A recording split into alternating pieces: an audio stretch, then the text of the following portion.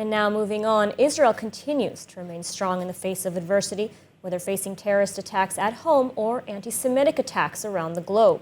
Jerusalem pushing back in new and improved ways, though, and with new young faces.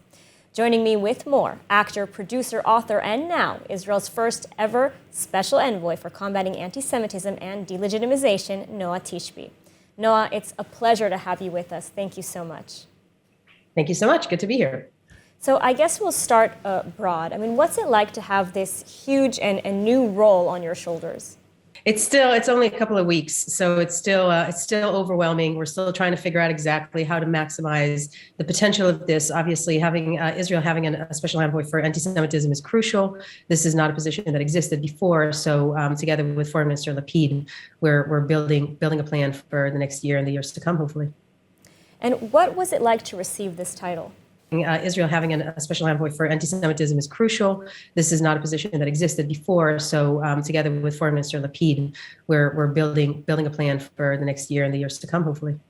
And what was it like to receive this title? A huge honor. I was offered the position. I didn't know what it means, and started to get myself acquainted with the field a little bit more, even though I've been doing this for many years. And it felt great. There was no world in which you can say no to something like this, right? So you get offered something like this, and especially I've been active in Israel activism and advocacy for easily 15 years. It's something that I've been doing my entire life. So to me, this was a natural progression to what I've been doing for a very long time, and I hope to be able to make a difference. It's big. It's a big thing. So you've been doing this for a long time. Is that why you think you were chosen for this role? You're going to have to ask the foreign minister, so I'm not entirely sure why, but yes, I obviously have been in this field for a very long time, whether an advocacy organization that I started, a book that I wrote, or whatever it is, like the speaking engagements that I've been doing this. I've been yapping about this for a very long time. But Israel, delegitimization of Israel, antisemitism, and how they're all connected and intertwined. So this is not a new field to me. This is something that I've been doing for a very long time.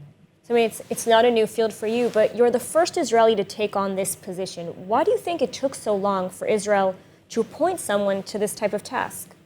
Great question. I have no idea. I don't. That's a great question. I wonder if it ever came up with past foreign ministers and prime ministers. I have no idea. It's a great question. I'll ask. All right, so you've spent, as we mentioned, years both in Israel and in the United States, and you know very well, having also written extensively on the matter, including your book, I see behind you, that the efforts to delegitimize Israel growing every day. I mean, what do you see as your biggest challenges as the new envoy? So it's a great question. So there's the challenge of bringing awareness to anti-Semitism, as in quote unquote old school anti-Semitism, and then there's a challenge of bring awareness to what's called new anti-Semitism. And it's not new; it's new and improved, let's say. But new anti-Semitism, which is 70% of online anti-Semitic slurs, attacks, and expressions, are what's called new anti-Semitism, which is delegitimizing and demonizing Israel. So this is actually a complete new form of anti-Semitism that we're experiencing today, which is a direct continuation of thousands and thousands of years of demonizing and the Jews, and basically turning them into whatever it is that's worse in society at that particular moment in time. And now we see this not just with like classic, quote unquote, right-wing anti-Semitism, but also new, quote unquote, left-wing anti-Semitism. When you call Israel a genocide state or an ethnic cleansing state, that's blood libel and it's anti-Semitic, because every single fact is showing the contrary. It's showing the contrary. So my role would be to get people to connect these two, because right now I would still for a very long time I would have people who say to me, "I'm not anti-Semitic, I'm just an anti-Zionist," and I'd be like, "Nah, these two cannot be consciously uncoupled," right? So this is my main intention, is to bring these two together for people, so they understand that when they passionately, vigorously, hatefully condemn Israel, when they spew all these these falsehoods about the country that's coming from their perception about what Jews are, and it kind of works together for them that, well, if that's kind of like what subconsciously I think about Jews, then that is what Israel is all about. And that is wrong, and that is anti-Semitic, and it's a real, it's a national security threat for the state of Israel, for the national security for the safety and security of the state of Israel, which I believe is the threat to the safety and security of the United States and Western civilization. Interesting. Now, another issue that many have noticed is that pro-Israel advocates are often preaching to the choir, it seems. Especially pro-BDS activists typically refuse to engage with people who disagree with them. So how do you suggest we break down this wall in order to have meaningful and productive discussions?